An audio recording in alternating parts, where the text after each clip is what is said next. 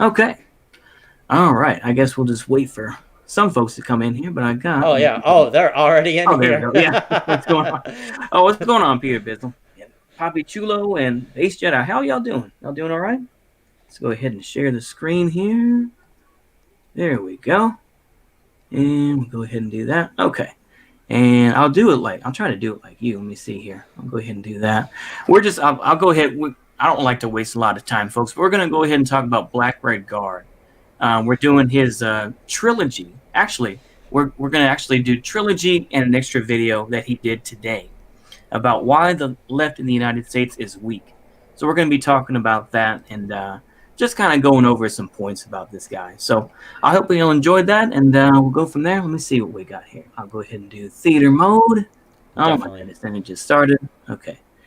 And okay. All right. And you can see everything. And okay, let me make sure here that I got the off mute. What's up, y'all? Okay. And just want to make sure you hear the video. Yeah, I do. Okay, good deal. And I should just double check here. Press 1 if y'all hear the audio. I just want to make sure here. That way everything's squared away. I'll just give them a minute. Just to make sure. Rather be safe than be sorry. Sometimes I'm a bit of a boomer, so I'll make sure. Just let's see. Yeah, I predict that we're gonna probably agree with like 90% of the statements being said in these videos. Okay.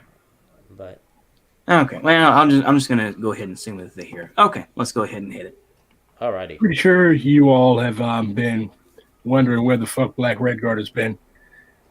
I'll give it to you straight. I have had COVID for about a week and a half now. Would I recommend it?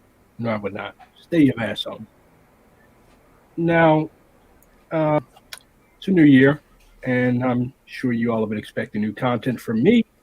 So I figured I would start with why is the communist movement in the United States so weak? We saw uprisings in 2020 and the pandemic, and communists were really nowhere to be seen in the public consciousness around any of these things. I mean, sure, we did mutual aid efforts, and we did graffiti about how pandemic is capitalism. Of course, it fucking is. Like all of these truisms and stuff like that. But there was no actual advancement or development towards solving these problems.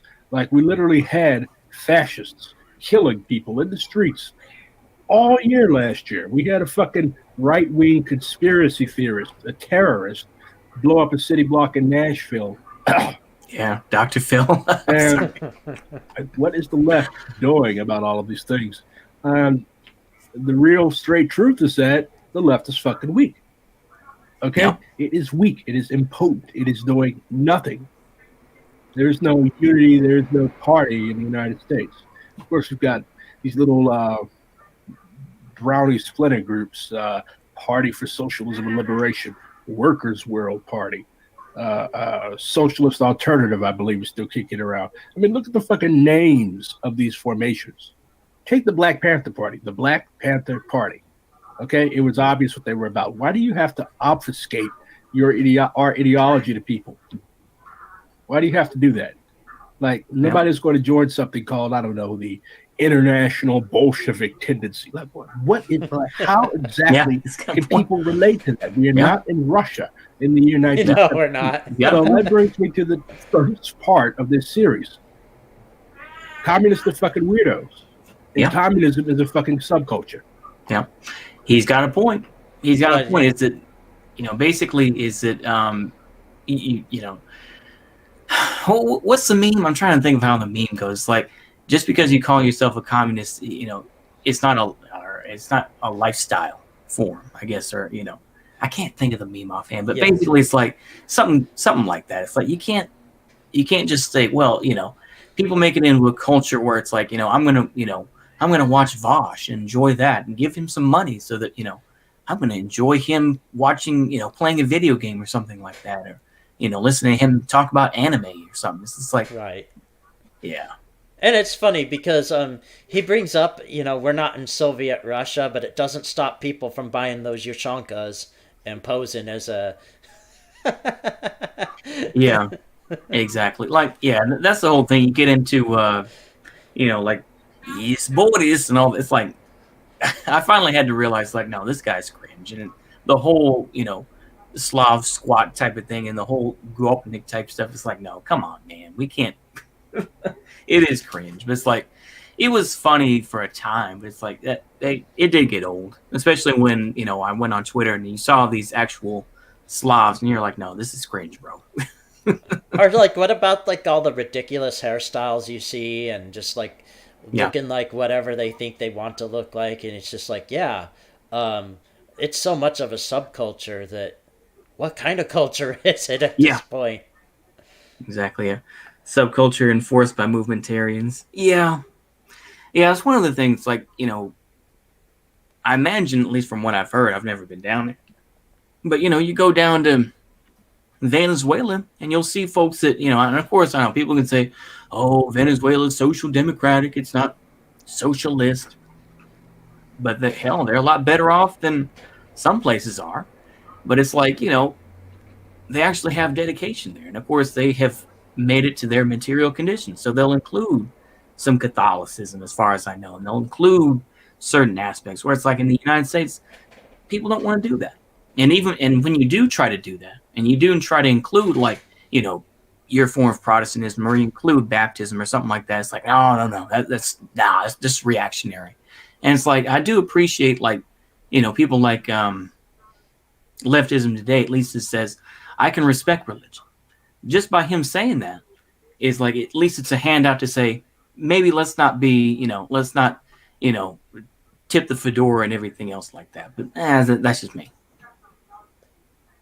Oh yeah, that's a good point because it does get really cringe when people just go so hardcore on certain stuff that they just end up sounding like one of those new atheists from the mid to late 2000s. Yeah, definitely. Definitely. Let's go ahead and continue on. Okay, now don't get me wrong. Subcultures have both good and bad points, but like if you are confident, arrogantly so, in your ability to transform the face of humanity and liberate all human beings, you have a bound duty not to be so fucking weird. People do not follow these people that lack basic interpersonal skills. Oh, like you hand somebody a fucking newspaper, you hand somebody a fucking book. Like, what are they supposed to do with the book? How is somebody supposed to relate? Somebody in the United States in the year 2021 that is working day in, day out. They just put in a 12-hour shift. How are they to relate to the strategy for the liberation of Palestine? What the fuck does that have to do with America? Am I saying we should not practice proletarian internationalism? Absolutely not. But I'm saying you have to make this shit real to people. If it's not real to people, they're not going to relate to it. Americans, in particular, are an extremely pragmatic people. Our slogan as Americans, and even though New Africans are technically not Americans, we're an oppressed nationality for the sake of convenience, let's call ourselves Americans. Okay? For all intents and purposes, Americans are an extremely pragmatic people because, like, everything in this country is transactional. If people do not directly and damn near immediately benefit from it, they're not going to pick it up. Americans are not really an ideologically based people. We are a pragmatic, practical based people. Yeah. So if you do not understand anything about your own people, about the people that you're trying to organize, you ain't going to organize them.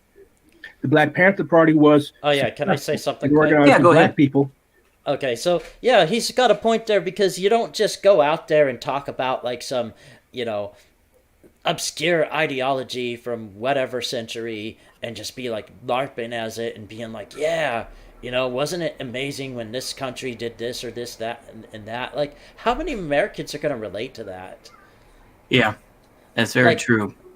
And then some people kind of really find it off-putting when, some people start talking about China, like when Caleb does it sometimes. Yeah, that's true. I mean, It's like, I mean, you could just say, hey, do you want, it's like, do you want better housing? You want to be able to have, a house that isn't falling apart that, you can be able to fix and anything else like that? You want to be able to afford something? Then at least try to do something like that to try to appeal to people and say, Yep. or at least talk about, hey, you want actual social security system, not just, something that could disappear. Or how about getting jobs back in the Yeah. country instead of outsourcing them to other places? Because, like, it's funny because conservatives thought that, Trump was going to bring the jobs back. But, like, it was funny because I heard that, like, one of his relatives, I don't know if it was his wife or his daughter, but one of them had a job that was outsourced where they were getting paid, less than $1 an hour. Yeah. Oh, yeah. I wouldn't doubt it. I mean, it's the same thing with that carrier. That's one of the bigger things I can think of, because working in HVAC, it's like, there was a carrier plant. I can't remember where offhand, but they moved it down to Mexico. And, I think it was like maybe $20 when it was here. And when they moved it down there, I think it was like just, our standard minimum wage. I think $7.25, I think, down in Mexico. So, I mean, it's like, that's the way it goes. Unfortunately, that's capitalism for you. Exactly. Definitely. Let's continue on. Because it understood black people. It was able to organize the lumpen proletariat because it was of and from the lumpen proletariat. No, I am not an ADOS. That's a stupid, disgusting. That was me. That was me that did that. I was just trolling him. Because, like, I will mention this because I know he doesn't like autos, and I knew that. But it's like, there are some lefties that will still talk about autos and still talk about reparations. And, that's why I mentioned that term. It's like, I don't know. But it shouldn't. But, I'm just wanting to yank his chain a little bit there. That's all. Oh, yeah. He's like, he can't be that annoyed by it, but whatever. Interesting reactionary capitalist term. But anyways, back to the subject of discussion. This is why I turned chat off, because y'all derailed too fucking much.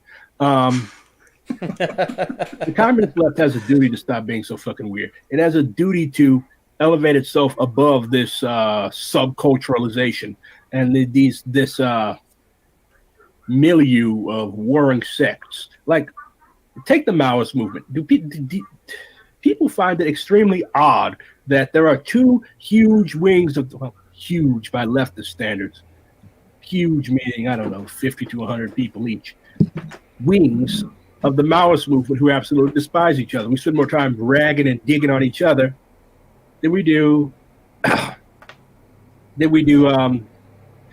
actually struggling against the bourgeoisie. For example, we had other Maoists in St. Louis come and try to destroy my August community garden. Like, why the fuck would you do that? Like, how exactly does that advance the revolution? Because you're not going to fucking scare anybody away. The left of the United States is soft. It is not going to go put a bullet in anybody's fucking head. Never mind some other communists. So, I've got something to say about that. Yeah, go ahead.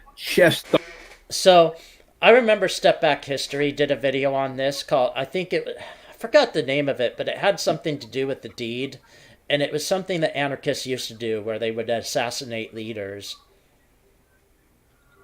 Are we talking about, like, I was going to say Leopold and Lowe, but that's not right. I was Franco and Franzetti? Zetti? I think it was Francis Ferdinand or something like that. Okay. Yeah. Or like, that lone gunman that killed McKinley, who was an anarchist. The anarchists themselves, disavowed him, but still, I mean, they were bombing buildings and assassinating leaders, and then they stopped doing that because they didn't think it was good praxis. Yeah, definitely. I mean, yeah, the thing is that I think that this speaks to a larger idea of just the United States in general. I mean, I've said this before, but it's like, Americans are great at talking shit, but it's another thing to actually do something. It's like, oh yeah, thank you. Propaganda of the deed. Oh, okay, propaganda. Okay, yeah, that is true though. That's the term. I was gonna say. I'm just gonna finish my brief point, but basically, is the idea is like sometimes you'll hear these folks that you'll work with. I'm not gonna be racial. I'll just say it this way, but it's like some people will say, "Man, I work for 24 hours straight." This and that. It's like, mm, let me guess. And then you'll see, oh, where's so and so? Oh, he called out sick. And it's like it's one of those things where it's just like when you know that they're talking shit like that, you know that they're not going to be there the next day, or they're not going to be there within a while. It just that's one of the things. I can't really speak for what the rest of the world is like, but from what I've seen, it's like I mean the U.S. is great at talking shit like that, and citizens are great at doing that. But it's like, yeah, that's just me. Let's continue on. Thumping and chest beating, like all of this militant shit. Everybody wants to talk. It's wolf tickets, we call it. Yeah. Okay, it's bullshit. Yeah. The masses look at all of this chest thumping and all of this stuff. Like the masses are like, okay, so y'all are basically waiting for us to do this because y'all ain't setting the example. Am I telling you to go out and commit terrorism? Absolutely not. If you do, you are a fucking idiot. But what I'm saying is, if you're going to take and use militant rhetoric, you have to actually have a strategy for advancing it and not just like putting this stuff off into the ether. That's where I really oppose like all of these revisionist formations that talk about revolution as some mystical thing in the future, and then their practice is the most banal of social democratic stuff with a dose of China dick riding thrown in. Like, yeah. Like I say, I mean, I know that he doesn't like China and all this because he is a Maoist and everything else like that. I mean, I know that he read out this whole big thing talking about that Xi Jinping was a red prince or something like that, because obviously Xi Jinping's father was fairly big in the CPC and everything. I was like, I don't know. It is what it is, I think, with China. Like I say, being an American, I don't completely agree with them, but I also know, though, is that what we have to compete with them right now on a bigger level. Right. I mean, and that's another thing, too. It's like with Xi Jinping, I respect the man because he went from nothing to get where he is, and you don't hear that with our leaders. Our leaders usually are born with a silver spoon in their mouth, and they're already born in a privileged position, and Xi wasn't. Yeah, that's true. And like I said, I mean, he really earned his keep, and he went out to the villages and everything else like that. You can say what you will about him because he went to the U.S. too, and stayed with the family, so he learned how the United States works. But I see that just as pragmatism more than anything else. But PSL is doing the same shit they were in 2004 when they were founded, and here we are almost 20 years later. How exactly have they advanced us further towards revolution? That is what we have to think about. Whenever you do something, whenever you discuss something, is it bringing us further towards revolution? The task of the communist is to make revolution.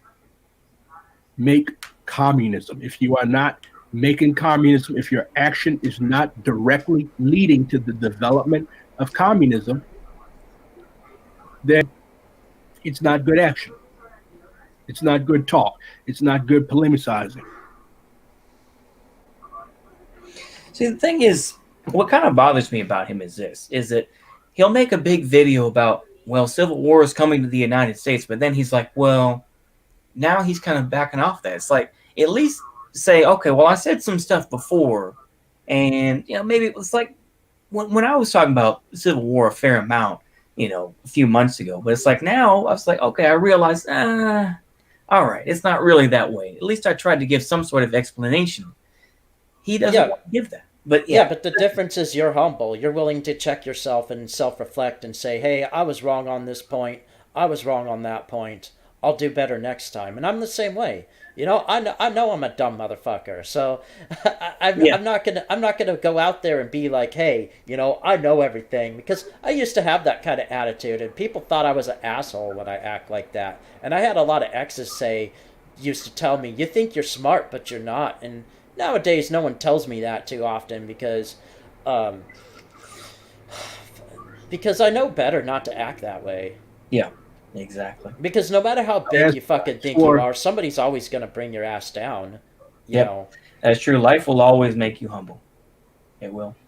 There's always going to be that point where it's like you get to that point, and it's just like, you went too far. You got too close, Icarus. So yeah, like I said, I try to remain humble. Like I said, I have my moments here and there, but I try to steer it back and be like, okay, let's go back here. But yeah, let's go ahead and carry on. The left in the U.S. being a bunch of people on Twitter fighting over labels, that's part of it. Most of those people are organized. Yeah. I know most of those, not most of them, it's impossible to know thousands of people, but yeah, I know Twitter leftists. Most of them, and Sad they're folks. organized. Yeah. They never end up organizing. It's again, it's a subcultural milieu. Everybody has the same language. Everybody gets together and impotently hates on the same people. Meanwhile, the bourgeoisie continues to do what they want. Take the Philippines. They just reignited the Sparrow Squads. If you don't know what the Sparrow Squads are, back in the 80s, they were basically hit squads. Small detachments of armed guerrillas that would go into the cities and take out people that were directly harming the people. That's part of why there are no more U.S. bases in the Philippines. Where's the U.S. left doing that? No, we're too busy fucking squabbling and quarreling with each other. For fuck. Then you all in the comments asking me about all these bullshit parties. PC USA, a Hotchite, Internet Sec. Come the fuck out. Like, why would you ask me about those people? What exactly are they doing? Why should somebody join this Hotchite Internet bullshit sect? Like, why? What exactly is this doing to benefit the masses of regular ass people who really don't care about the milieu of the left? Yeah. Nobody cares about any of these things. DSA. Basically the left wing of the Democrats. Like, why are you like, this is exactly what I'm talking about, y'all. Y'all are asking about all these irrelevant ass formations. Yeah. See, he does have a point. Like I say, we're trying to be fair about this. We're not just, going to smear him and everything else like that. Exactly. But I think that, like I say, he does have a good point about this, and that this does happen a lot. What about liberation theology and all this sort of thing? And those things are irrelevant. They hear about these things and they think, well, what about them? Tell us, oh please, tell us, are they worthy? Basically, it's just kind of like, these folks just act like lemmings, I think, a lot of ways. It's like, well, please tell us the way, tell us where to go. And they want to be told where to go like they're little dogs. Right. Like, you have to make it up for yourself. You got to find your way. But yeah. Well, I've heard mixed stories about the Naxalites in India because, of course, somebody I know told me they just do a bunch of random violence and they haven't really accomplished much. And then later on, you have that mass protest that it didn't involve any of them. Yeah. Yeah, that's one of those things, isn't it? I mean, it's just, unfortunately, it sounds like that protest isn't going to really go anywhere, unfortunately. But yeah, I mean, it was great to see. It was great to see that people were willing to rise up. It's just a matter of, can it go further?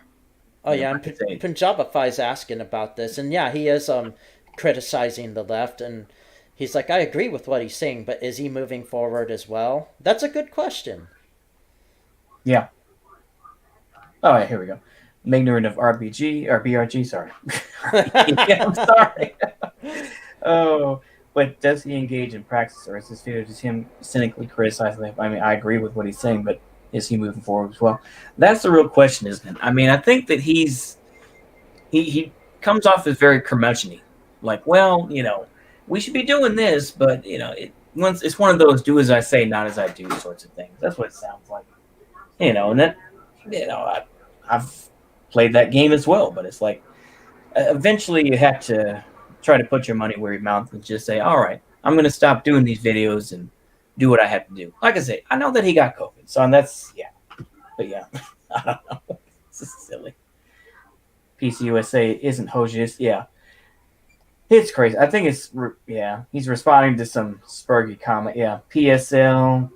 Yeah. All these different groups. I mean, at the end of the day, nobody cares about these groups. So ultimately, it's like, I know that, I'm not going to do that. We'll just go ahead and continue, though. I'm trying to be polite. Y'all are asking about all these irrelevant ass formations. Average people in the United States do not know who any of these people fucking are. True. Yeah. Like they do not know who any of these people fucking are. Yeah. Get real. Come down to reality. Okay. So, how can we break this subculturalization? You have to go among the people. That is exactly what Mao did. Go among the people as an ordinary person. Who gives a fuck? Should we like just liquidate all communism within ourselves? No.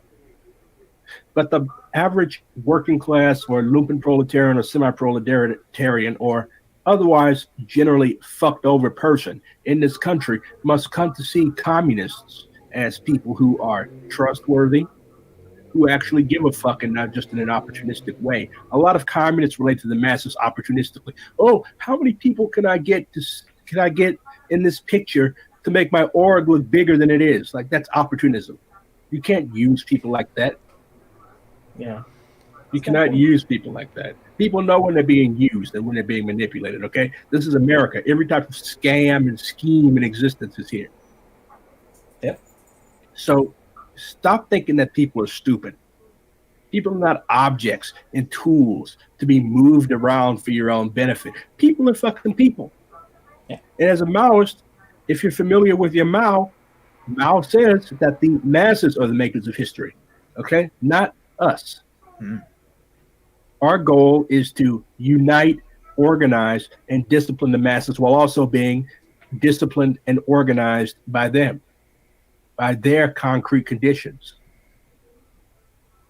Whichever party that is capable and correctly does this will be the vanguard of the revolution. So, pretty sure some of you all are probably going to ask about what is it like having COVID.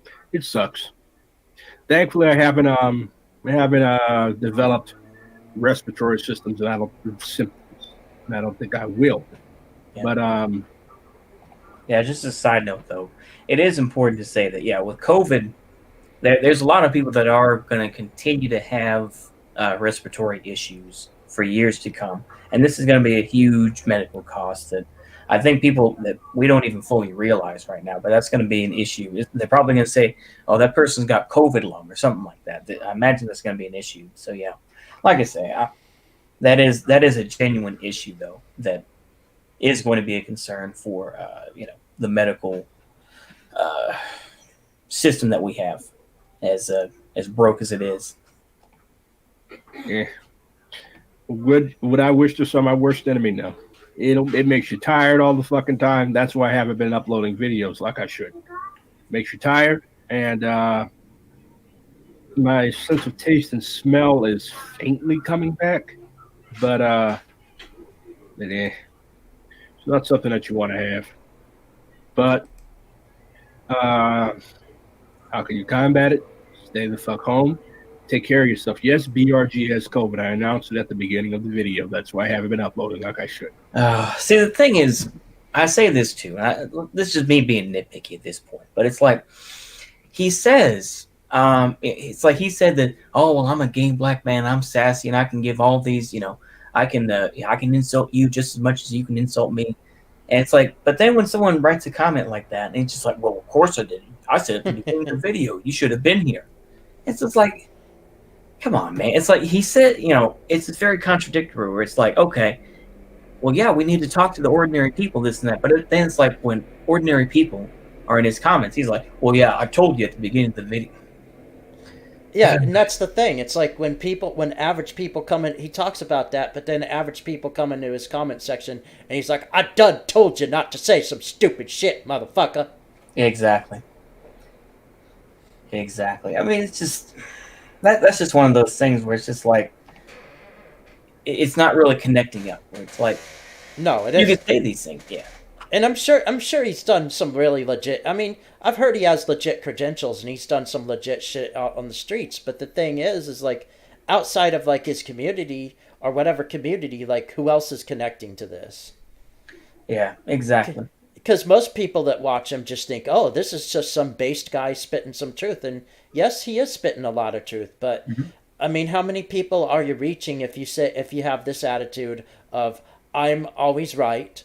You people, you all are dumb plebs, and you could just shut the fuck up if you're gonna say what I don't like you to say. Yeah, very true. I think too with I think I wanted to like mention I guess kind of like the extremes of things. Like you could be like Black Red Guard and kind of have kind of a small group, or you can try to have this big tent sort of thing with what dare I say it? And I know I'm going to have to use the V word, but the Vosh, and try to get all these people in and say, well, eventually, if we keep voting Democrat, and if we just, and they'll say stuff like, and of course they'll say that AOC is on the left. I'm just like, oh boy. And you'll see her taking pictures with, with right wing groups, and everything else, and you're just like, oh boy, what are you saying, bro? But it's Exactly. uh, it's just what a system we're in, huh? I What a know, time to and be and alive. like, and it sucks because you got that dichotomy of either being a big tent leftist where you're just like trying to attract whoever you can, but then then you have people bitching that you're either getting reactionaries in your group, or you're just having this problem or that problem, or you can be like a super radical revolutionary type, and yeah, you're gonna get some badass motherfuckers in your group, but hey, your group of badass motherfuckers is going to be outnumbered by a military or whoever else Exactly. is running the show. Yeah, exactly. Like I say, I mean, I push back on this idea that, and maybe I'll probably be proven wrong, but I just don't think that the U.S. is going to completely fall into fascism. I just don't feel like that's going to happen. I feel like there are going to be some certain areas that are going to hold out. I really do feel like there's going to be some places that are going to be like, no, no, no, we're not having this bullshit. We're breaking off. We're going to make our deal with somebody else, or whichever country. But we're not going to have fascism here. That's my opinion. Well, people are predicting it's going to be like a woke version of fascism, so it's going to have fascistic elements, but it's still going to be socially progressive and woke and all that. Yeah, that's probably more true. I think I heard. Yeah, I think I heard. I think you were streaming earlier, and you were talking about that with saying that Biden is basically kind of like a woke Mussolini. I think, or Well, was that B um, that was saying? yeah, B level was saying that Okay, yeah, Kamala Harris yeah, would yeah, definitely be like the woke Mussolini because Kamala Harris could pretty much have Mussolini's economic policies and some of his laws, but just invert the traditional with the more progressive, and no one would know the difference. yeah. That's very true. Like I say, he's. I will say this as a side point, and people will probably disagree, but I think that if he does offer anything, take what you can. I'll put it that way. I mean, I think even leftism today was saying that yesterday, but I'm just reiterating his point. But it's like take what you can. If he's going to give something out, that's all you can really do as people. But take whatever crumbs you can get. I guess. I mean, Yep. just if he's actually going to write off college debt, yeah, I think I heard 50,000 up to 50,000. I'm like, shoot, I got about 35,000. So yeah, that'd be great. But Well, I I, also I, go I ahead. also heard he was going to cut that $2,000 stimulus check, and I'm like, hell yeah, I want that $2,000, Yeah. especially after that gym I was in fucking ripped me off because it had one of those bullshit lifetime membership things Oh yeah. where you have to be in it for 12 months. And what they did was they raised the monthly bill, and I'm like, oh fuck this shit. I don't want to do this for Yeah. 11 more months. So I had to pay $300 fucking. And I straight up told the guy, like, I felt like I had a gun held to my head, dude, and that Yeah. somebody was robbing me. I mean, damn. Was that like Gold's Gym or one of the like No, Twitch? Oh, it's some place called the Courthouse Athletic Center, and oh, okay, one of the okay. yeah, and they Yeah. kept getting fined by the governor because they were staying open when it was Mm. supposed to be like quarantine or lockdowns. Oh yeah. And they straight up told me, like somebody at the desk straight up told me if they kept it closed, they would have lost their business. So they just figured, oh, we'll take the fines. We don't care. Yeah. Yeah, it's crazy. Like I say, it's just I can't even go to the gym anymore. It's just like half the time, everything's all separated out. It's like you can't. I know it's a first world problem. I do realize that, but it's just like you can't even use most machines. We're just like I might as well just have Exactly. I got to work out. I got like an old Focus T25 DVD says, like, I'll just turn that on in the morning. 25 minutes. All right, that's fine with me. All right. I did that this morning. I'm like, all right, that's cool. That's good enough for me. Oh, let's finish this one up, though. All right. But yeah, you got to take care of yourself. Get a pulse oximeter. It's like a little thing that clips onto the edge of your finger here. And if your oxygen dips below 95, you'll start feeling like shit, and you'll start feeling like you're out of breath at the end of a sentence. Like it's a sign that I have a mild COVID strain. The fact that I was able to make it through this whole video without gasping for air. If you have a severe case, you'd be gasping for air at the end of every sentence. So, yeah. I'm Black Red Guard. All right. Catch me in a couple days with part 2 of this series. All right. Have a good evening. I think that should be coming up if I have it right. Yeah, there we go. Yeah, it should just pop right up. There we go.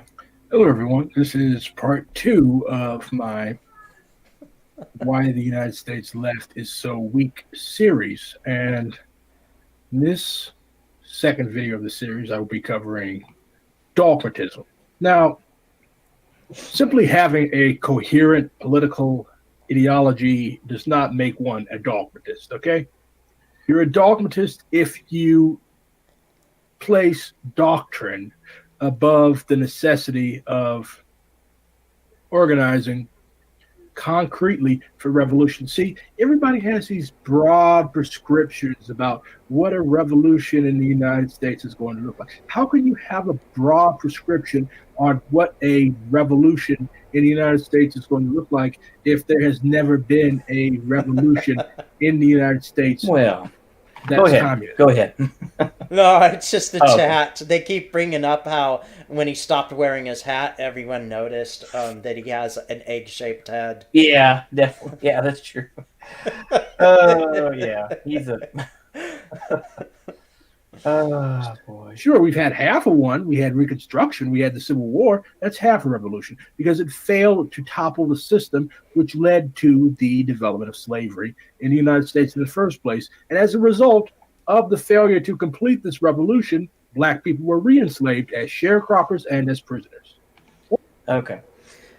So, of course, I mean, this is something that does come up a lot. And, it's like you'll have a fair amount of lefties who will be like, well, Marx liked, Lincoln, and they wrote back and forth and everything. And there were German, German Marxists that were generals in the Union Army and stuff like that. And it's just like, oh boy, and it's just like, that was because that was the time. They didn't know what was going to happen. It's like, I mean, if Marx saw what was going to happen, I imagine that he'd be like, well, let's not go too crazy about this. So it's just like that is a point though to say about the Civil War and everything else like that. Like I said, there's plenty of LARPing about it, but yeah, and I'm sure that's what people would say if they were down in the comments. Well, actually, he was friends with this. It's just like, don't really care at this point. So much has happened, Or prison sharecroppers. Yeah. And the American Revolution was a bourgeois revolution. That don't count because Black people do not get shit from that revolution. As a matter of fact, most of us took up arms and fought for the British because there was a proclamation issued by a fellow named Lord Dunmore, which stated that any Black person that was able to find their way to the British lines was free. And a lot of us, being very intelligent, bright people, put on British red and ended up in places like Nova Scotia and Canada, where we were given shitty, rocky pieces of land, Sierra Leone, and Britain, where we became the Black Poor. So that beat being a slave, okay? So there has never been a communist revolution in the United States. So it's stupid, really stupid, to issue these broad prescriptions about what a revolution in the United States is going to look like. If you ask me, Black Red Guard, what is the revolution going to look like in the United States? I'm going to tell you, I don't know. I can speculate, I can extrapolate based on what I know to be true, but I cannot, I can't issue those types of broad prescriptions because I don't have a crystal ball to gaze into. Yeah, I know. So, Dogmatism. A lot of the left is set by dogmatism. They think that just because Lenin or Mao or Stalin or Marx or Engels said something, that it is 100% true. People can be wrong. Yeah. People, especially people who do not live in the United States, can be wrong. Okay? Get this through your head. People can be wrong. Marx could not have predicted the fucking internet. He didn't even predict imperialism. Lenin could not predict the fact that you would one day have a device that could fit in your pocket and you could have all the world's information and knowledge at your fingertips. Yet we still have motherfuckers walking around selling newspapers. Why are you selling a newspaper? Nobody reads the newspaper. Nobody. Old ass people read the newspaper, and those are not going to be communists. Yeah. Nobody reads your party's newspaper. It has the same, and I mean, I try to pick up some of these things and read. It's the same stale ass analysis that I can get on your party website. Why are you killing trees? Why are you wasting paper? Stop it. Communism is an ideology which Just stop it. That's amazing. He's right though. He is right. I mean, yeah, just stop doing these newspapers and whatnot. It's like, yeah, my parents don't even use newspapers anymore because, yeah, basically it just became too expensive. So they're like, whatever, yeah. I like reading those sometimes. Yeah. But yeah, we're not in the 20th century anymore, and he's kind of right. We don't live in the 20th century, and a lot of these old authors weren't around to predict, what would happen these days with the technology and how. That's why I feel like an author like Jerry Mander is way more relevant than some of these Marxist authors that get quoted, just because he lived in the later half of the 20th century and he knew, how television affected people. And when he wrote the Capitalism Papers, he was just talking a lot about how growth affects nature. And, a lot of that, wasn't a part of, Marxist-Leninist theory in the past, because that's kind of like the whole problem that communists are having with Caleb Maupin right now with the socialist billionaires thing and the infinite growth, because I do agree more with Jason that we don't have infinite resources. We're not just gonna trees don't just grow themselves back, because I saw old pictures of trees that used to be in my state and those things were fucking huge, and they pretty much they're practically gone now. Yeah, that's the sad thing, because I did see. I mean, I've heard it a couple of times already, but there is a big thing about the spotted owl in Oregon, and they said that I think it was like a license or something like that was up, so they're like a third of the old growth forest is can now be used by the loggers. So yeah, it's gonna get cut down. Right, and that's one thing that a lot of indigenous people were really pissed off about when Trump became president, because Trump lifted a lot of restrictions on what, private companies could do with land. Yeah. But who's to say Biden's going to fix that? Yeah, exactly. It's environmentalism, and here you are killing all the trees. So, why are people dogmatists? Okay, it's a petty bourgeois thing. Where does book worship come from? Okay, a lot of communists are academics. They come from universities. They have that whole petty bourgeois, I'm going to save the world complex. The same reason that drives missionaries, white missionaries from Europe and the United States and Canada over to Africa. It also drives people in the communist movement to believe that as long as they have grasped and memorized what's in this Can I say something quick? Yeah, go ahead. To be fair, that missionary that got turned into a human pincushion at the Sentinel Island was not a white dude. Yeah, I thought that same thing in my head. Like, he was an Asian dude, right? Yep. Yeah. Okay. I was like, yeah, I thought the same thing you were. I was like, okay, because that's the one you think of. I mean,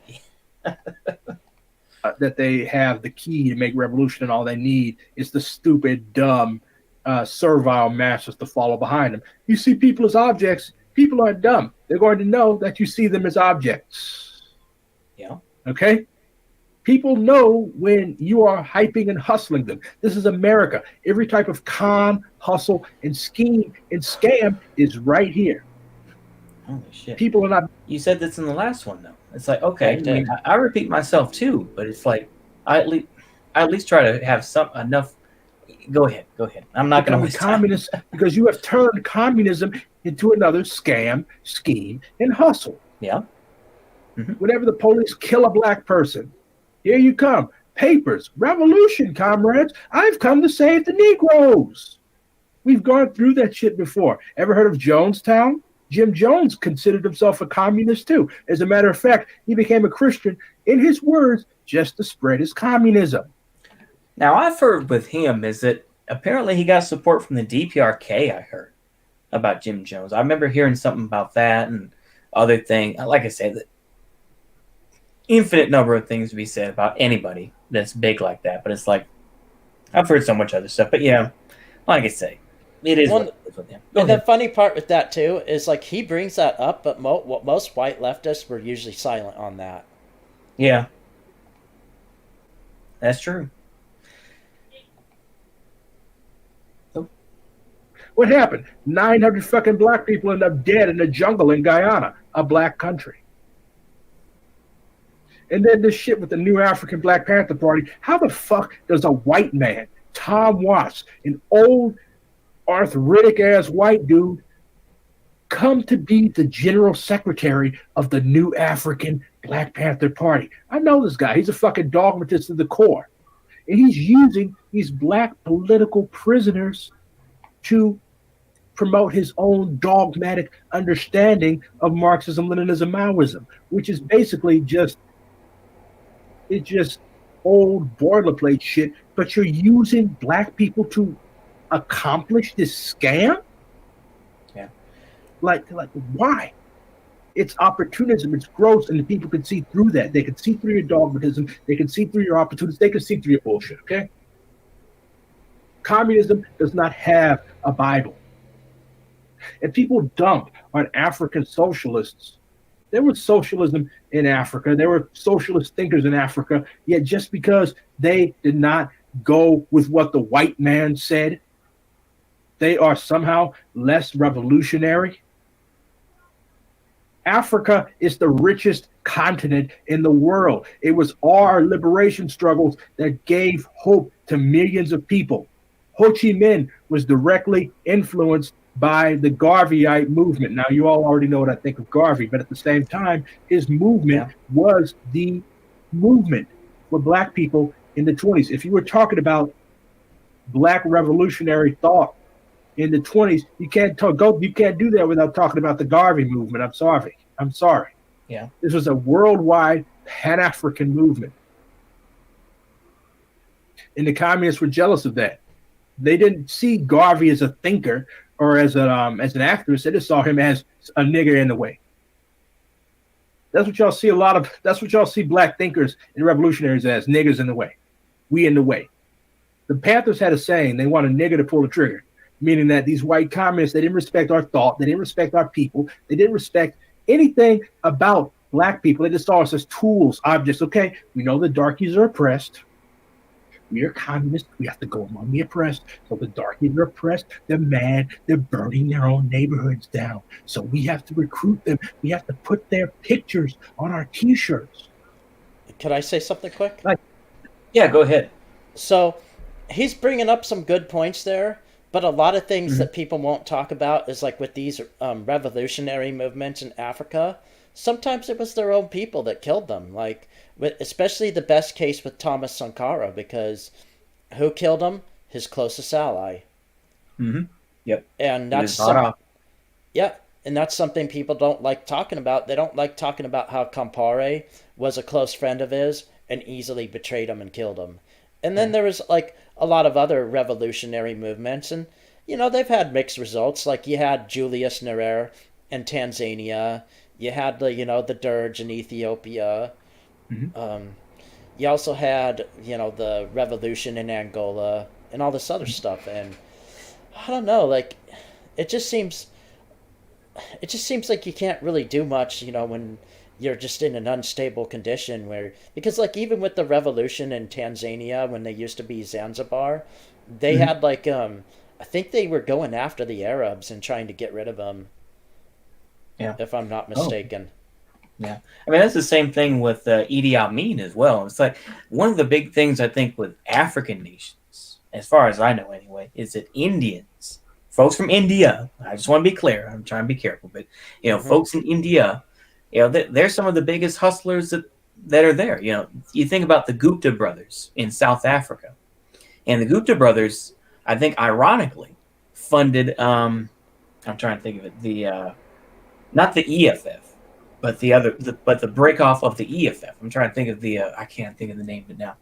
BLF. That's it. Yeah, Black First Land First, the one that was being run by Andile Ninjatama, and yeah, they funded the Gupta brothers. These millionaires were funding the BLF. These two Indian guys, or these Indian brothers. So it's crazy to think about. Like I said, I mean, he said some positive things about Julius Malema, but it's like in general, Julius Malema is a millionaire in South Yeah, Africa. It's just like he can say what he wants about white folks and all that. I mean, for me, it rolls off my back. I've heard right. plenty of it. Honky this, crack at that. I'm not going to sit here and feel bad about it. It's like, okay, I mean, you know what? This is not the place and time for that video. No, no, it's not. But I was just going to say one last thing too. Is like we're bringing that up too about revolutionary movements there. I mean, look at Mugabe's revolution in Zimbabwe. That Yeah, started out actually very positive for a few years, but then he abandoned his Marxist-Leninist tendencies, and then it just went down the toilet after yeah, that. exactly. Went more, neo-lib in some ways, and he destroyed people's houses, and oh yeah, that the inflation just went sky high and everything. It's like Yeah, and and he then died in Singapore.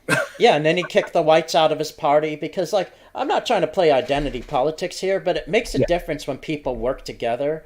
And when he decided, I'm gonna ditch this Marxist Leninist stuff, and I'm just gonna get my people all pissed off, and we're gonna get rid of the farmers, and we're just gonna do our own shit. yeah, yeah, definitely. Like I say, it's crazy. Yeah, far right and far left politics in America is LARPy. Yeah, oh yeah, I agree. That's why no one wants to join any movement now because like they're all cringe. You see the MAGA peds, they're gonna go down. You know, I mean, we saw the video, of FBI. They're like, yeah, up to 20 years for most of these folks. They're gonna track folks down. They got plenty of footage. They're just getting all their ducks in a row. So it's just that's the way it goes with politics nowadays. That's why, Yeah, but the problem is people try to make it black and white, and they avoid all the gray areas. yeah, that is true. That is true. Like, yeah, it's very difficult to see. I mean, between how can you get everyone to work together? It's just like that, but there's got to be some things that have to be talked out and some things that have to be, punched and kicked out, unfortunately. But yeah, Yeah, and see, like, ideology's good, but it doesn't explain everything that's happening around your material reality. yeah, definitely so. 12-foot wall being constructed around Wow. U.S. Capitol building. Yeah, yeah, that's true.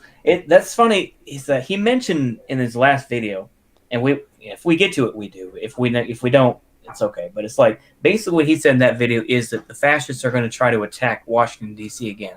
And I say to myself, what? Why would they do that again? Yeah, I mean, it's like, yeah, I'm pretty dumb too, but it's like I don't think they do that. They have 12-foot fences being built with concertina wire on the top. So it's like, no, they're not gonna. Come on, man. You got and of course, everyone's been making fun of the National Guard, and them looking like big chunkuses. Basically, it's just it's so Yeah, sad. and see, that's the other problem with theory too. Is like as good as it is, it can also be wrong over time, because that's all it is a theory. Yep, absolutely. Like you're walking around with pictures of Mike Brown. You don't give a fuck about this dude. Yeah, You it's do. true. You don't know what context he was raised in. You don't know how he thought. You don't know anything. Yes, you can be Pan African and Maoist. As a matter of fact, you can't be a Maoist without being a Pan African. So back to dogmatism. It comes from this whole petty bourgeois save the world mentality. I know because I was a dogmatist once. When I first discovered Maoism, watch some of my earlier videos. I thought, oh, as long as I have Gonzalo, I'm golden. Then I started to realize that there were some errors in the Peruvian Revolution was prosecuted. You go into a village and you mow down 83 fucking peasants. Why would you do that? Yeah. Like, how in your brain can you justify, like, okay, in the United States, we go into the fucking hood and kill 83 people? Why? Because they ran one of our cadre out of the neighborhood. Investigate why they ran your cadre out of the neighborhood. It's not because they're bourgeois. It's probably because your cadre did some fucked up shit or said some fucked up shit that irritated them and pissed them off. I've never heard of the Filipinos or the Indians, or never mind the Chinese communists on their mouth going into a village massacring several dozen people. So I came to realize that, But if your brain is rotted by dogmatism, you find a way to excuse that. Oh, they were ronderos. The fucking baby was a rondero. The fucking baby had a FN, FAL. It was killing Communist Party of Peru cadre. Come on, get fucking real. It was dogmatism. When you have this Manichaean black and white view of the world, if they ain't with us, they're against us. First of all, it's undialectical, it's all hell. But if you have that view of the world, you'll justify shit like that. See? You'll justify shit like that. But if you're a dialectical materialist, and if you truly care about the people's welfare, revolution, and well-being, you realize, hey, we can't just go. The revolutionaries do not ever kill and attack the people, see? Never. If you fight a revolution doing some shit like that, you fucked up. You are fucked with dogmatism in the head, my friend. And the people are going to reject you. People are going to reject you and they're not going to accept your leadership. So how do we combat dogmatism? Talk to regular ass people. I already did a video on how communists are fucking weirdos. Being a fucking weirdo leads dogmatism to rot your brain. If you're a fucking weirdo, then yeah, you're going to be running around praising dead guy. Dead guy nobody cares about. Dead guy nobody heard of. So yeah, talk to regular ass people. Build with regular ass people. That's how you combat dogmatism, by rooting yourself firmly in the masses of the people. That's the only way that you can combat dogmatism. Am I saying that you should not read books? No. Because you could also go on the other end. You could be an eclecticist. That means you pick up everything that comes your way, and you make this mishmash of an ideology that ain't going to lead shit. You could be an eclecticist too. That's also wrong. Look at all the leftists that think that somehow we can make revolution through now you fuckers are talking about my head. Y'all keep this up. I'm going to turn it up. What does my head do with dogmatism, huh? Well, keep a hat on, bro. No, I shaved my head because I have a receding hairline. Jesus. You look like a cone head. Well, I'm sorry. Anyway. It is shaped like an egg. You made me lose my train of thought. I can't even with you people. Yeah. So you could be an eclecticist. You look at all the leftists, the DSA types that think that somehow you can synthesize revolution with electoral politics. How the fuck are you going to synthesize revolution with electoral politics and you live in an imperialist fascist country? The rightists know more where political power comes from than you do, and you're supposedly a revolutionary.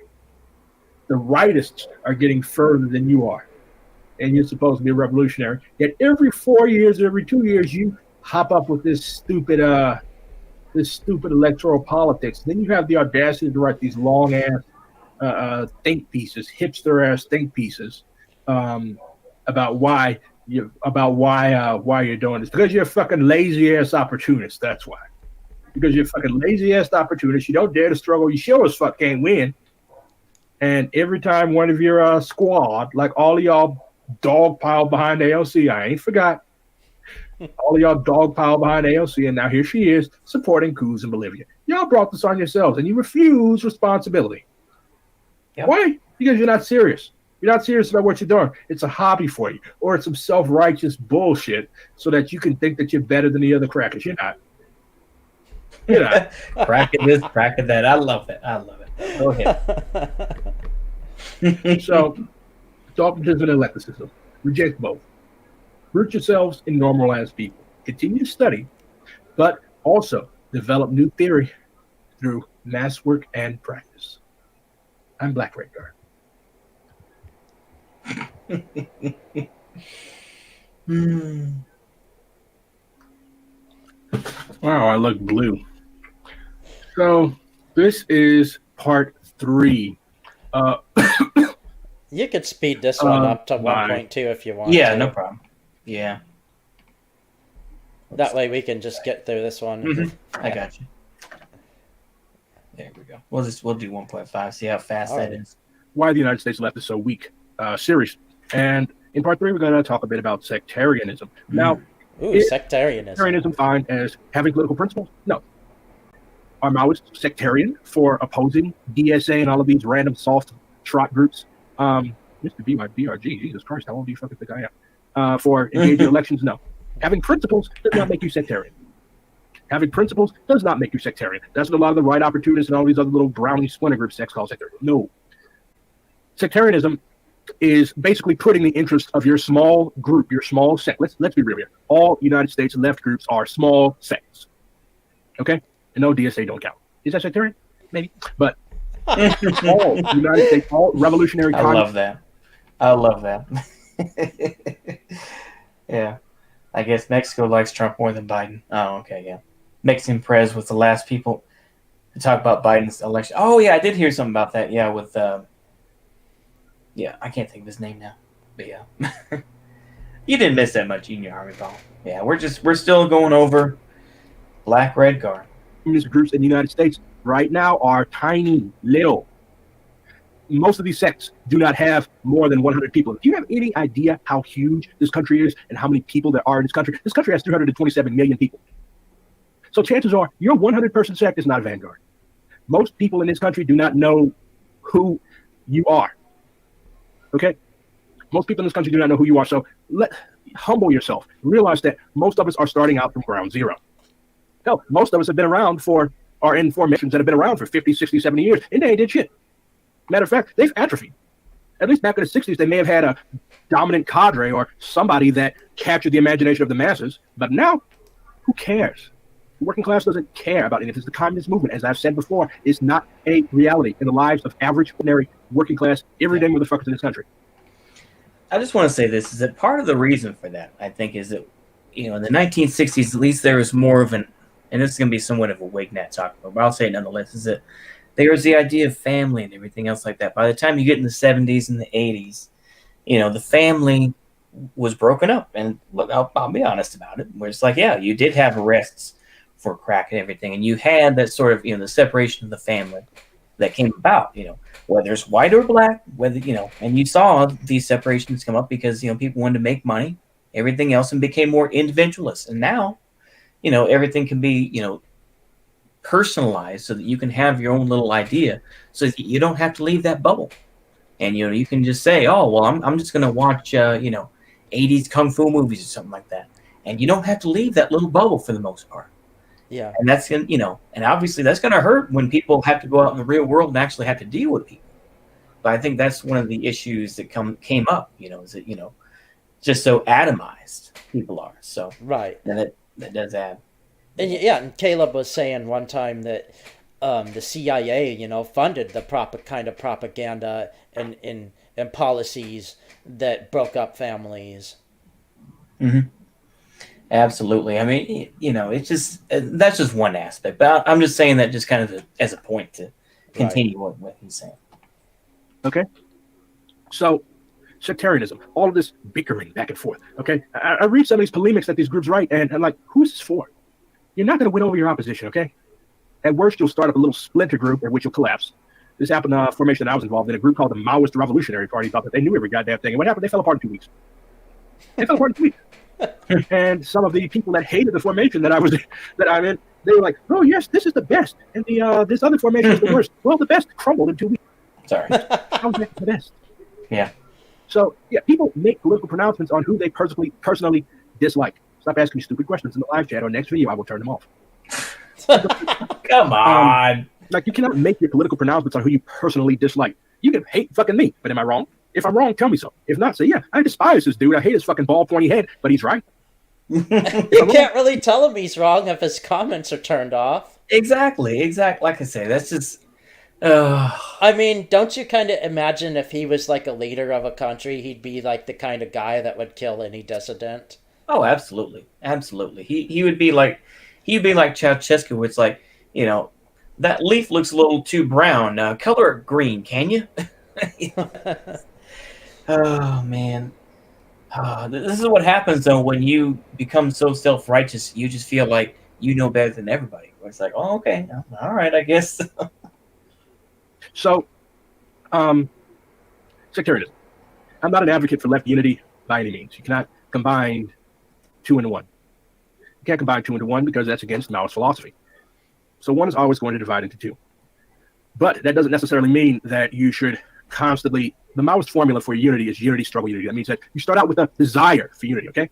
Most communists do not want to unite with other communists. They want to beat people over the head with theory, and they want to foment splits and factions and stuff like that. That's petty bourgeois behavior, petty bourgeois behavior. If you're constantly waiting with bated breath for other formations to fall apart, what the fuck is wrong with you? Huh? Like, why are you so personally invested in the destruction of other groups? If you believe that your line is more correct than somebody else's line, go and out-organize them. Don't write silly shit on the internet, or even worse, spread rumors. Like, I had a rumor going around that my mother's a fucking landlord. For one, she wasn't. She spent 2 years and 10 months in prison, and my family doesn't own any fucking property, bro. Like, why would you promote shit? Like, what purpose does that solve? That's high school shit. Even if my family was fucking landlords, I'm here promoting fucking Marxism, Leninism, Maoism. What the fuck does that have to do with me? So, yeah, sectarianism is cringe. It's petty bourgeois behavior, and you have to consider what the masses think at all times. Like, they see communists constantly splintering and outmaneuvering and all of this shit. Why don't they join something like that? Why don't they join something like that? Like, what person do you know would get off a 12 fucking hour shift and then come home and read a fucking polemic? Like, okay, yeah, communists, because communists are fucking weirdos, as I've said. But like, what normal, well-adjusted, everyday working class person would come home and read or respond to a polemic, or read 300 Facebook posts about going back and forth about why so-and-so is shit, or looking at, like, who has fucking time for that? If you want the left to really be something worthwhile, something that is actually capable of making revolution, because the purpose of being a communist is to work for communism, we have to discard. Amilcar Cabral had a saying, he called it class suicide. That doesn't mean kill your fucking self, you fucking life-hating millennials and zoomers. It means realizing that if you come from an exporting class, most of our communist theoreticians have. Jonas Sisson, Abel Guzman, Mao Zedong, Lenin, all these people came from exporting class backgrounds, yet they were communist partisans. So your class background is not as important as your class stand. And a lot of these people are talking about, I'm going to drop out of college and go work in a factory to proletarianize myself. That in and of itself, that's what we call class tourism. Like, why the fuck would you do that? Why aren't you do that? You got yourself in all this debt, you're going to drop out to go work in McDonald's. Like, what the fuck is wrong with you people? Like, why? Now, again, communism is a subculture. Ooh, I have to be a worker. I was like, no. Like, there's really nothing wrong with being a lawyer or a doctor as long as you serve the people and as long as you genuinely serve communism. You do not have to drop out of university and go work at fucking McDonald's. Like, why? That's individualism. Well, see, here's the problem: is that a lot of people get that idea because of we were kind of talking before the stream about the German Democratic Republic a little bit, and they did something similar where they would get artists and whatnot, and they'd say, "Well, you're going to go meet with these farmers, or whatever, so that you can get a better idea." I can't remember what the program was called offhand, but basically, they would do and have them go in, and same thing with writers and everything else, to say, "Well, yeah, we want you to get that perspective so that you can get this idea." So yeah. I think that's kind of it's kind of the excuse that I think some of these folks will say, but yeah. Yeah. Well, and the other thing too with those countries is even if you were graduate from a university, they wanted you to do at least like 2 years of manual labor before becoming like a lawyer, a doctor, or whatever position, whatever field you studied. Yeah. Let me see what we got here from Punjabify. Mao is dealing with one feudal peasant society. Fighting nationalists, race, culture, spirituality were the same. Small political differences are easy to put aside when you focus on the first two.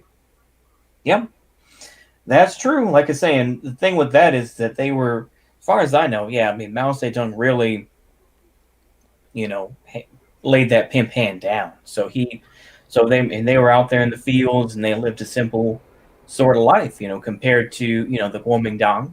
They had people like Big Ear Du Yusheng, who was a big time, gang member and everything, part of the Green Gang and all that sort of thing. So, yeah, I mean, it's just two sides of the, of what the Chinese resistance was to Japan. But yeah, it's kind of saying that as an off point. You have to have comrades to help remold bourgeois ideology and shit inside you. That's what you have to do. All of this individual and shit, you're going to end up beating yourself over the head and you're going to end up hating yourself. That's what's going to happen. And again, sectarians, they try to pick and probe and look into people's personal. Why? Like, what's the purpose of doing any of this? How does this build the communist movement? How does this build the communist movement? If you read Kevin Rashid Johnson, he lays out very good theory and practice on how to actually build a communist movement. He discusses the development of cadre in the New African Black Panther Party. Comrades who are in the same party, or who are in the same milieu rather, have to you have to build a climate and atmosphere of trust. You have to be able to trust the people that you're working with. Otherwise, you have no business talking about a revolution. In a revolution, this person next to you that hates your guts is going to shoot you and stab you in the fucking back. How can you work with and organize with people like that? Or if they get arrested, they're going to name your name and you're going to end up in federal prison. Like, you cannot work in a climate like that, okay? The left has a very, very, like, we talk about COINTELPRO. The left is its own fucking COINTELPRO. Yeah. The left is its own fucking COINTELPRO because it's so busy, it's so hooked up on the sectarian bullshit, like crabs in a bucket, trying to pull other formations down. I've already pulled another formation down when you've been doing good work. You should be trying to learn from it. Instead, you get jealous and you go, oh, they did so and such and such back in 2015. That was 5 fucking years ago. That person is no longer even in the party. Why are you discussing? Yeah. Like, it's religious. The left in the United States has religious overtones. I don't know if it's because we were built by fucking nutty ass Puritan Calvinists or what, but that needs to stop. All of this purity and stuff like that. Ain't no revolution been pure. Mao took fucking guns from the Americans, okay? Mao took guns from the fucking Americans, and he was a united front with the Kuomintang. Like, how? Why? You know why Lenin was able to succeed? You know why the Bolsheviks succeeded? Because they didn't get bogged down in this bullshit. Of course, they sniped back and forth at each other, but they were involved in the actual movement of things, of classes. Of classes. And look at this. Y'all are arguing in the fucking live stream again over shit that don't matter. Thoughts on China? It's a capitalist, imperialist country. Catalonia. What? Is this the 30s? Like, get fucking real. So, oh shit, y'all made me mad. Now you broke my train of thought. Lenin and the Bolsheviks were able to succeed because they weren't opportunists, but they were able to capitalize on opportunities as they presented themselves. The left of the United States, it sees opportunities, and the fascists take advantage of these opportunities. Well, because the left is so busy kicking and sniping and trying to figure out the correct line. What determines the correct line, Mao teaches us? Practice. If you ain't getting no practice, it don't matter how much theory you can cite, you're still going to be wrong because you have no practice. There's no question of correct theory rather, divorced from practice. And no, spray painting shit on the wall is not practice. Chucking a brick through somebody's window is not practice. Beating up old fucking dudes in Kansas City is not practice. Breaking up revisionist, anti-imperialist demonstrations, that's not practice. The masses don't give a fuck. Yeah. The masses don't give a fuck about these revisionist formations get together and dick riding China. And they sure as fuck don't give about so-called Maoists going to interrupt their demonstration. Both of you look like fucking idiots. Both of y'all are disconnected from the everyday movement of things. So stop going. It doesn't benefit the working class movement any good. It's petty bourgeois behavior. So basically the gist of this video is, no, it's not sectarian to have principles, but your principles have to be rooted in the actual movement of the movement of working class and colonized people in this country. If not, it's just going to be some more dogmatic bullshit. And nobody's going to latch onto it because you're just selling them snake oil. Why would they join your formation or your party? And a lot of people are saying that there can only be one communist party. No, they can't. There could be several communist parties in the same country. There could be one correct communist party. There could be one communist party that is seen as being vanguard by the masses. But technically, in practice, say armed struggle pops off tomorrow, you're going to have several dozen left armed formations alone. You're going to have SRA. You're going to have some PSL people who aren't afraid of guns, probably in the South. You're going to have the 6 or so different formations calling themselves the reincarnation of the Black Panther Party. You're going to have FDPs. You're going to have the fucking Gonzaloites. They might come out or get massacred. Who knows? But like, you're going to have several dozen left formations alone. And you're going to have several dozen more on far-right formations. So if there's no tactical unity at the very least, you're going to end up in mass grave. Because you've talked about revolution for decades and decades and decades and decades, 100 fucking years. 100 fucking years. And we're worse off than we started. So there has to be some semblance of tactical unity built if we're serious about the revolutionary task. That doesn't mean chuck our principles in the garbage. That does mean realize that right now the left is small, like this. And at least on a tactical level, we have to get together like this. Otherwise, we're going to end up like this. And I'll tell you this now. 40 many of my people have already died for this shit. Fred Hampton got murdered in his fucking bed. 21 years old, this fellow was murdered in his fucking bed. And what do we have now? We got a bunch of stupid-ass colonizers slicing up his words to justify excusing in a right opportunity. Oh, man, the Jay Sakai. I love it. I love it. Oh, the thing is that, when you bring it, it's like, do you think that actually helps people? It's like, speaking of, it's like, do you think that calling white folks colonizers is going to change things? Do you think that, just throwing that out is that going to help anybody? Like I said, you can say that to me. I'll be like, oh, okay, whatever. Yeah, All no, right. no, But it's not. Because, like, for example, like my ancestors were, like I don't think that all of your ancestors colonized my ancestors, but you know, a lot of it had to do with the government and stuff and shit yeah, like that. And yeah, people came here, people settled here, and they did colonize this country. And I am anti-colonist. I am an anti-colonialist, colonial. but does it do me any good to call like all white people crackers and just say like, hey, you're a settler, you're on stolen land? No, most of them are gonna say, fuck you, you don't know what you're talking about, or that was the past, or I was born here. You Yeah, know, people get fucking triggered. Like yeah, even my own mother gets fucking triggered when I bring that shit up. yeah, definitely. So, like I said, yeah. Go ahead. This fashion, the reactionary white working class. Come the fuck on. Like, why? So stop being sectarian, meaning stop putting a little small group above the interest and concrete needs of millions of people. We're going to need millions of people if we're serious about winning this thing. And to be honest, looking at the way some of y'all ain't serious. It's an intellectual masturbation exercise for you. I'll tell you this right now. I am 100% serious. So if you're also 100% serious, you should listen to my words. All of them.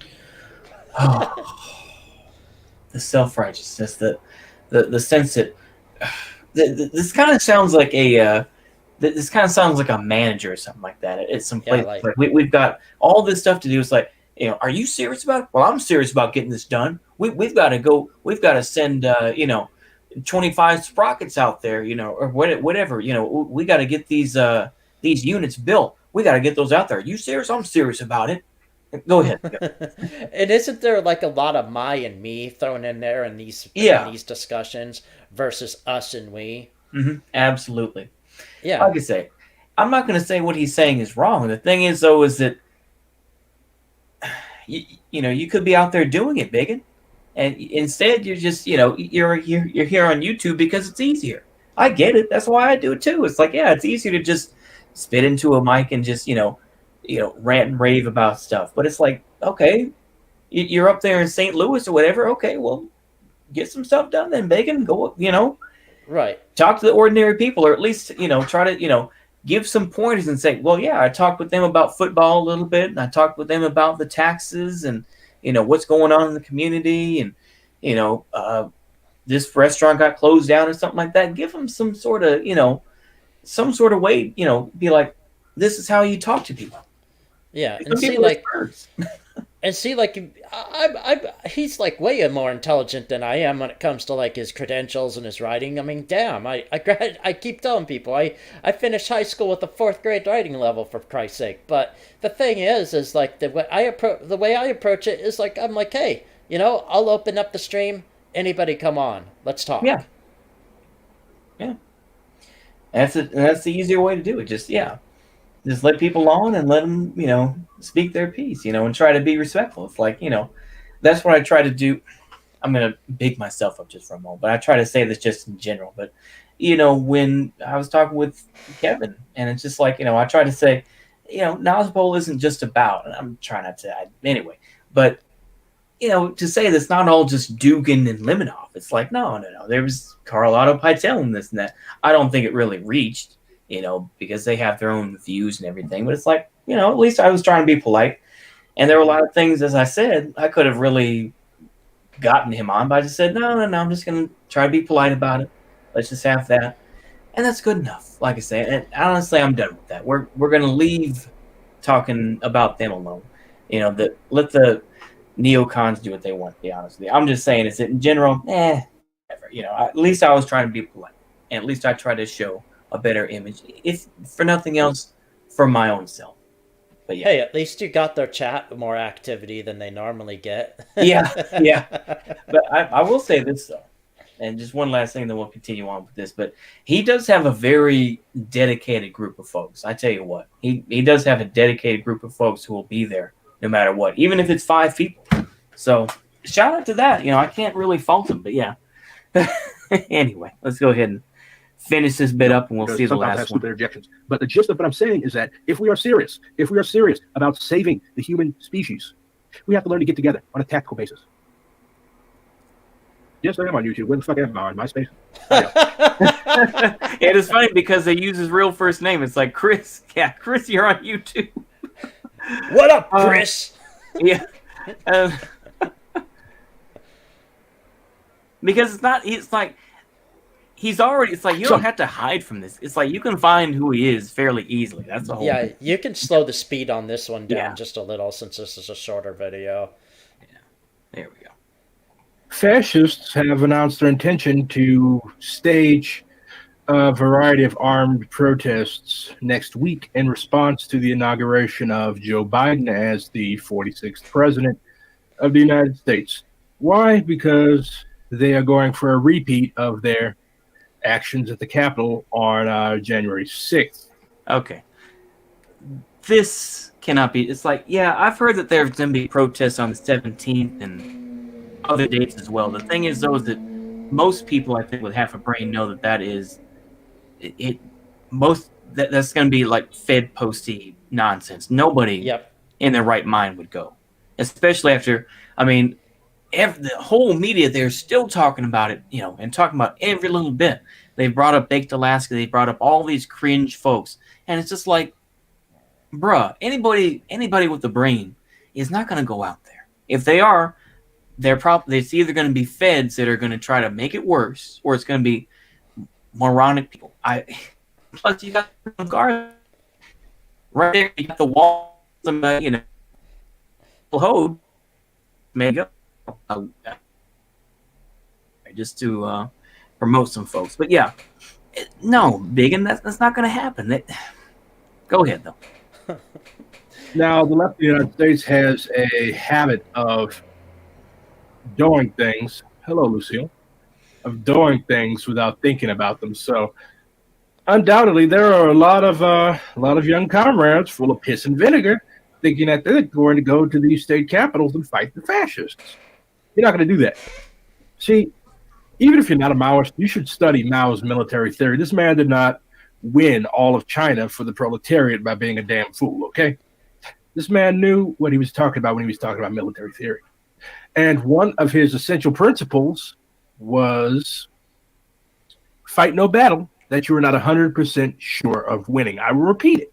Fight no battle that you are not 100% of winning. It means fight no battle you are not 100% sure of winning. So why the fuck would you, an anti-fascist with your 3 arrows pins and your red flag or your black flag, why would you openly go to Capitol buildings where there are going to be hundreds of armed fascists trying to fight them? You're not going to win.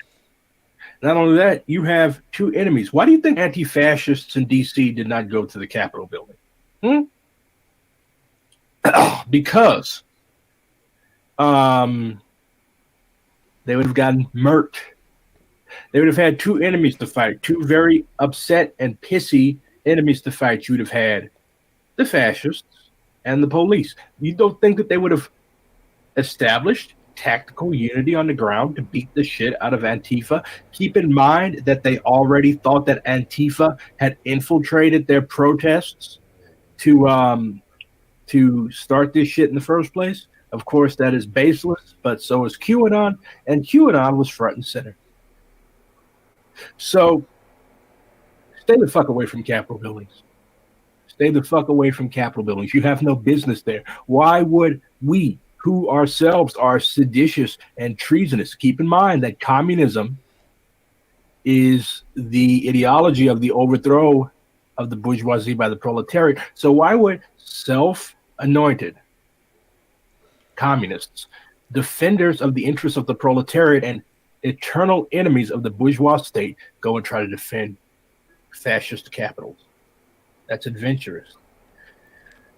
Normally I don't respond to live comment. Can I say something really quick? Not be Sure. recording. Go ahead. Okay, so here's the way I look at it.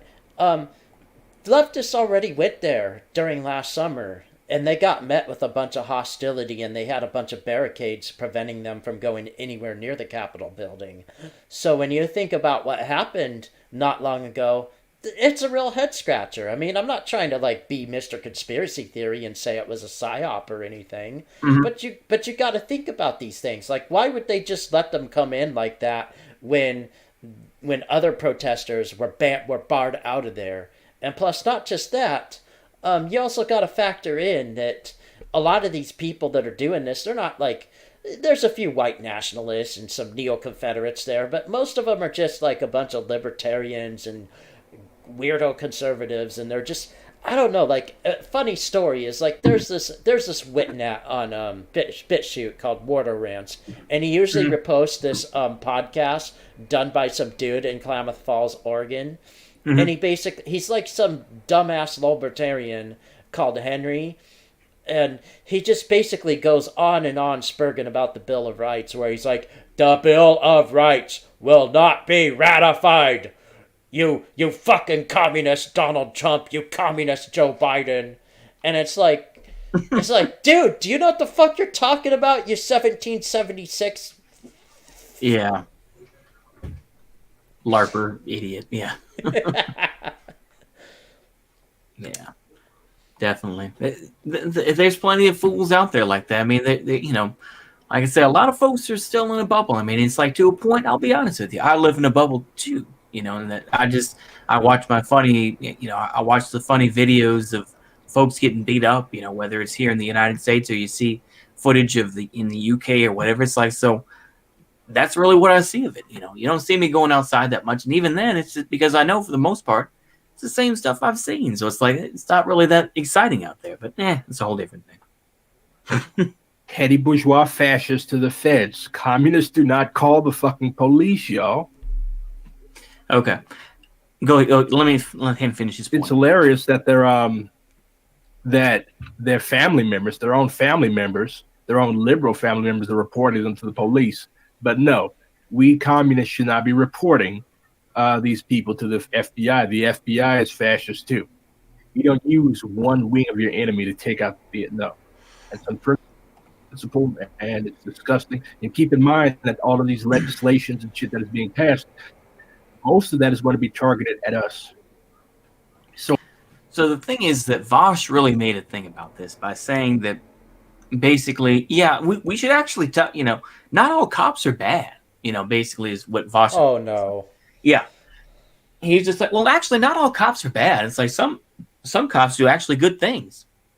And he wholly underestimates. Like, if you think that all cops are bad, then you're just an idiot or something like that. I'm just like, oh my goodness. And it's like, he'll, like I say, when the riots were happening, he was like, yeah, the FBI is coming in. Ugh. I'm just like, bruh, what are you doing? It's like, once again, this is something that, the whole false dichotomy or just the ridiculousness of it all, where it's like, you'll have these folks who will say, yeah, ACAB and everything else, but it's like, oh, well, now they're taking down the Capitol, this sacred building, and oh my goodness, it's just, it's ridiculous. I don't know with him sometimes. Sometimes I wonder if he's, semi-licking that boot. Yeah. Oh, he definitely has to be doing something with that because it's just so ridiculous with him. I mean, like I say, he's just like, well, once I get more money, we're going to start a co-op. It's like he's talking about, well, I'm going to get merch and we're going to do a cooperative. So the shirts are going to be like $30 or something like that. I'm like, what? It's like, what are you going to go through? You're going to go through like Teespring or something? Or are you just going to sell it on your site or what? Like I say, it's funny to see this guy. Like I say, it's sad because 14,000 people will watch his stream, and it's like that's the future right there. They're gonna listen to people like him, and it's just that I'll tell you what, that's bigger than any sort of right wing stream that was on YouTube. Any of them, whether it was the People's Square or any of that Wignet stuff with Stryker and all that, it's like those would get 200, 300 view or people. You're getting tens of thousands of people. I don't know. So it's like that's one of the biggest things where it's like, well, the right is united and the left is disorganized. Like, well, yeah, but then you have grifters like Vosh who will bring in all those people into a live stream. So it's like, I don't know, but just funny to think about. That's not coping. Hey, I'd rather a lot have of 10 liberal people leftists than, and DSA types are more right-wing DSA types are praising this impeachment bullshit. Why are you praising this man being impeached a week before he leaves office? He's already done everything that he wanted to do. Oh, they'll take away his pension. This man is worth $2.5 billion. He doesn't give a shit about 200 grand a year. That's pocket change. This is a publicity stunt. We should not be aligning ourselves with one to the other wing of the bourgeois fascist state. By no means. What is fascism? It is the rule of the most reactionary elements of the bourgeoisie. George Jackson correctly described the USA as a fascist country. It has always been a fascist country. Whenever you have little kids in cages on the border simply because they're Mexican or Central American, whenever you have one half of the population tormenting and hanging an ethnic minority, whenever you have a country that is literally built on forced labor, that's a fascist country. So, stay the fuck away from Capitol buildings. Now, a lot of state capitals have pretty substantial ethnic and religious minority populations. You should organize to defend them, because see what these fascist protests do is you got your Proud Boys and all these other elements. They break off and they go trying to see what fights and shit they could get into. Oh, so you should definitely organize to defend. I got something to say about that. Yeah, because that reminds me of an incident that happened in Portland, where one of those dudes, went off and they were on like the train or something, and they stabbed like I think 1 or 2 Muslim women to death. Oh man, oh boy. But that was years ago, though. That wasn't that wasn't super recent, but that's an example. One of those guys was on the train and then he stabbed 2 women. And there's a lot of crazy stuff that the Proud Boys do, and all these in Patriot Prayer and all these other dudes. But fucking A, it's like if you're out there, sometimes it's better just to stay home when you know this shit's going down. Oh, absolutely. Yep, stay home, folks. Don't mess with these crazy fools. Just enjoy it from your home, or enjoy it from the bunker. Hoja gang, right? Your neighborhoods, defend the massive neighborhoods. That is correct organizing. Going and getting into little adventurous brawls that you're going to lose. Either you're going to get the fuck beat out of you, or you're going to get arrested, and they will arrest you before they arrest the fascist. So that shit, time out for that shit. Fight intelligently, and fight to live another day.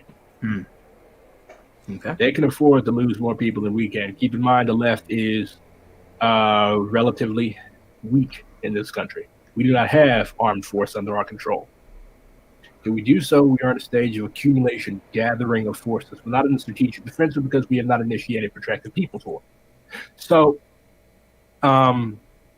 it's essential that we gather, consolidate, politically educate, and protect our forces. We don't squander our people on stupid quarrels with one to the other wing of the fascist state or their mass movement. Only when they threaten the lives and security of the masses. I don't give a shit if they go and they burn all these Capitol buildings down. Most of these buildings were built by slaves in the first place, and they're probably in the ground rolling and laughing. So that's pretty much all I have to say about that. Stay home. Organize your people. Organize to defend working class colonized neighborhoods. That is the correct communist response to the projected events of next week. I'm Black Radar. I personally don't think much is going to happen. I mean, I think that, like I said, it's already been neutered. FBI is already going to be thick out there. I remember seeing that in the press conference. I think they were saying it's like 100,000 bits of video and pictures and all that. And obviously, as people have repeated over and over, no masks, this and that. So they're easy to find. That they're dumb as fuck. I mean, selfies, no mask, no disguises, terrible strategy, no demands. I mean, they're just... People think they're some kind of threat, but then they also just end up doing things that easily get them ratted out and doxxed. Yep.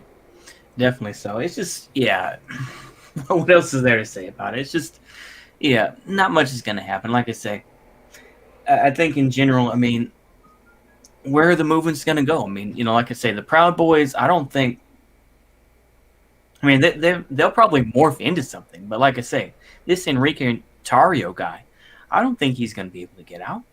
I think that they're going to find something else to pin on him, and they're going to they're going to find old Gavin McInnes on bench and be like, hey, buddy, you want to give us some information about Senor Tario here? Let's see what we can you don't want to go to jail again, right? So. Oh yes, because I heard not Milo. I think it was Milo. He's working for the feds now. Oh yeah, absolutely. As an informant. Oh yeah, yep. I mean, he had that big old memory case, and that's the infamous Richard Spencer thing. I'm as mad as hell. They should be serving me, and all that. Like I said, that was hilarious. But yeah.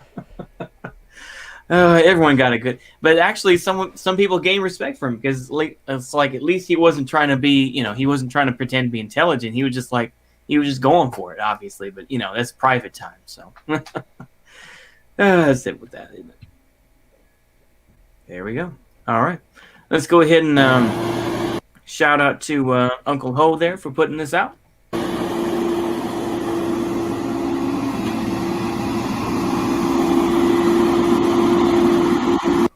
Bazinga. Yep. Like I say, yeah, I think we've got around capital. Oops. Oh, I just didn't. Yeah.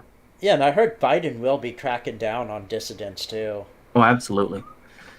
Absolutely. So like any dissident group that goes out there doing any LARPy shit, that there's going to be some kind of honeypot or Fed related stuff that's going to happen afterwards, where they're going to find names, addresses, and all kinds of shit.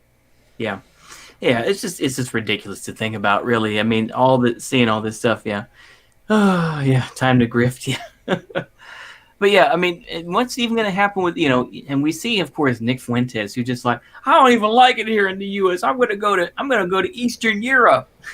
It's like, no, you're not. America first. This is why it's like, why do you LARP so hard about America first, this and that? And then you're just like, this is why, anybody who, thou does protest too much sort of thing, where it's just like, okay, go on, man. If you want to go ahead. But it's like, why do you LARP so hard about it? It's like, I know I'm not wanted, so I might as well just make my due here. But, I don't know. I don't have that much going on in my head, but I just repeat the same shit. But it's just ridiculous. And then, of course, you have, Baked Alaska, just the, anything that he touches will turn to crap, Yeah. The reverse Midas touch. Exactly. Absolutely. I mean, God, look at that guy. It's amazing that, I mean, I will give him this, though. I mean, like I say, he does have that charisma, and he'll just be like, yeah, man, let's go ahead and do this. And it's just, yeah. Oh, Lord have mercy. Let's go ahead and see here. I will be polite, though. We'll go ahead and look at this last video by Base Jedi, and then we'll go ahead and cut it. But, well, I'll be polite in the chat here. Let me see here. Poopy. Sorry. I mean to do that. There we go. That's what I meant to do. And there we go. Apologies for the double audio. Oh, Lord have mercy. There we go. Let's go ahead and see here. There we go. Okay. And we'll go ahead and take a look at this. Oh, Lord. What in the world? Before we begin, I started writing this script. No, we don't do... Him. Yeah, we don't do normal Paulo. We don't do that guy. That guy's a LARPer. He's... that guy is... No, he's just such cringe. You know what? I will be polite, though, to you, Base Jedi. Next time, we will cover this video. How about that? I will go ahead and cover it on my own, and we'll go ahead and do it that way. But yeah, I think we'll go ahead and yeah. Yeah, the thing with Normal Paulo is he used to make decent content, and then he just went into full LARP mode. Yeah, like I say, he's just like, yeah, we're gonna be like the Romans and stuff. It's just like, come on, man. We was Romans and shit. Exactly. We was practicing man boy love. I love that clip. We was pederast and shit. Okay, let me see here. Grow rice. Okay, is this a short video, Curl and Autismo? I'll go ahead and take. I will be polite. Just this one time though. We'll go ahead and be polite. Let me see here. I think it's still muted. Exactly. Okay. Let me see here. All right, we'll be polite. This is the last one now. Okay. Oh Lord. Okay, what is this? This is Vietnam Village. Okay, we'll go ahead and skip the. We'll skip around on this. All right. Making rice, huh? Okay. Picking it. Huh. Okay. Interesting. Well, this is Rice King after all, so yeah, we will go ahead and say that. All right. Nice little vine. What a life. And then they plant it. Oh, neat. Okay. Well, thank you very much to the audience there. Appreciate having On and Cosm as well. Be able to talk about this. Like I say, I don't think that we were too harsh on Black Redguard. It's just that I think that he's just kind of a curmudgeon. That's all. I mean, I don't really have a problem with the guy. And for the most part, he is right. So, that's all we have to really say on it. Is there anything you want to say about Black Redguard and the videos? Well, like you said, I mean, he's right about most of the stuff he says. He just kind of, does have that elitist, curmudgeon-y personality. So it does kind of come off as that kind of person where it's like, oh, you like Cradle of Filth? Fuck you. Dark Throne's better. Yeah, exactly. Like I said, yeah. I mean, the thing is, I think that he's probably been hurt, and obviously he talked a little bit about the groups that he was in. So it's like, I can see where he's coming from, but it's like, look, you want to be an influencer too on YouTube. It's like that. Right. That's why we're here. I get it. Yeah, and see, like, I don't blame him for being jaded if you're doing, like, on-the-ground activism, because after, years of just seeing things not really materialize or really fly off the ground too far, you do get pretty fucking jaded and black-pilled eventually. Yeah, definitely so. But yeah, Peter Bizzle, I think most everyone here is kind of like, much, kind of more left-wing, this and that. But yeah, I don't have a problem. You could do, if you want to try to read some NRX books, you can. Yeah, kind of do what, I keep trying to think of his name now. Moldbug? Yeah, I know it's Mold. I can't think of his name offhand. The guy on YouTube that does the video. But anyway, they've talked about NRX book. Yeah, Distributist and, not Endeavor. I know it's not Endeavor because Settler's Lament. Yeah, that's it. Settler's Lament. Yeah, that's done that as well. But yeah, so yeah, I mean, if you want to do that, you can, Peter Bizzle. But yeah. Oh, Charlemagne's another one too. Oh yeah, that's it. That's who I was thinking of. Yeah, Joe Biden won't last. He screenshot this. Yeah, he won't. But yeah, but I appreciate y'all joining. Like I say, that was a good collabo that we had with that. I think that's really all we got to say, really. So I appreciate everyone being in here, and I'll probably just upload some stuff here and there. That's really all I have to say. But yeah, I hope y'all enjoyed, I guess, and see you later. So goodbye.